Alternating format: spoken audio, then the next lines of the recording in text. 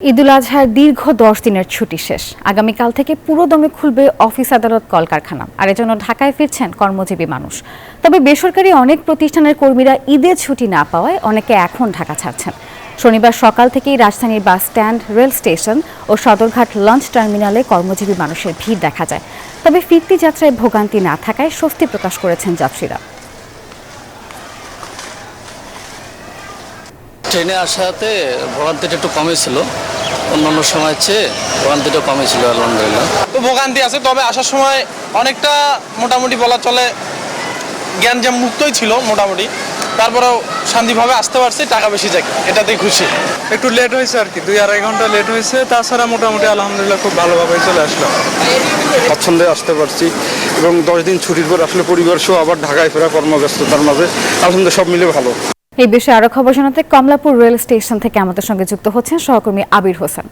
আবির, যাত্রীদের ভিড় কেমন দেখছেন স্টেশনে? এবং আরো একটা বিষয়, সেটা হচ্ছে স্বাস্থ্য অধিদপ্তর বলেছিল রেলপথ যাত্রীদের যেন করোনার বিধিনিষেধ মেনে চলা হয়। সেক্ষেত্রে এই বিষয়ে তৎপরতা কেমন দেখছেন?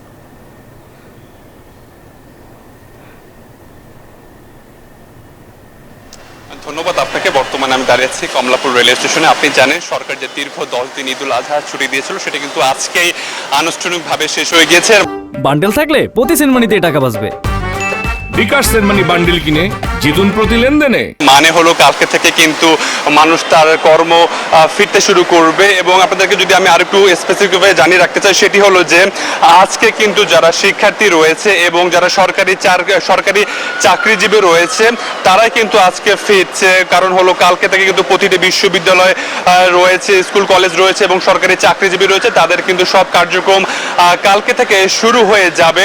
এবং আপনি আরেকটি যে বিষয় আমাদের কাছে জিজ্ঞেস করলেন সেটি হলো করোনার বিষয়। যেহেতু স্বাস্থ্য মন্ত্রণালয় বলছে যে করোনার বিষয়ে সবাইকে সতর্ক থাকার জন্য মাস্ক পরার জন্য, কিন্তু আপনি দেখতে পাচ্ছেন এখানে কিন্তু কোনো মানুষই তেমন মাস্ক পরছে না বা স্বাস্থ্যবিধির কোনো নিয়মই কিন্তু তেমনটি কিন্তু বলা যেতে পারে। এখানে যাত্রীরা কিন্তু উদাসীন, অধিকাংশ যাত্রীরা কিন্তু তাদের উদাসীনতা প্রদর্শন করছে। কিন্তু যে রেলওয়ে কর্তৃপক্ষ রয়েছে তারা কিন্তু সব সময় যাত্রীদেরকে বলছে মাস্ক ব্যবহার করার জন্য, কিন্তু এখানে কিন্তু যাত্রীরা সেটি মানছে না। এবং আমি যদি বলে রাখি, আপনি দেখছেন এখানে এবং আপনাদের কিন্তু বলে রাখতে চাই, এখানে দেখতে পাচ্ছেন অনেক যাত্রী কিন্তু অপেক্ষা করছে। একটু পরে কিন্তু কয়েকটি ট্রেন চলে যাবে, সেটা হলো সিল্ক সিটি কিন্তু রাজশাহীতে 2:30 চলে যাবে। সেখানে কিন্তু অনেক মানুষ এখানে অপেক্ষা করছে।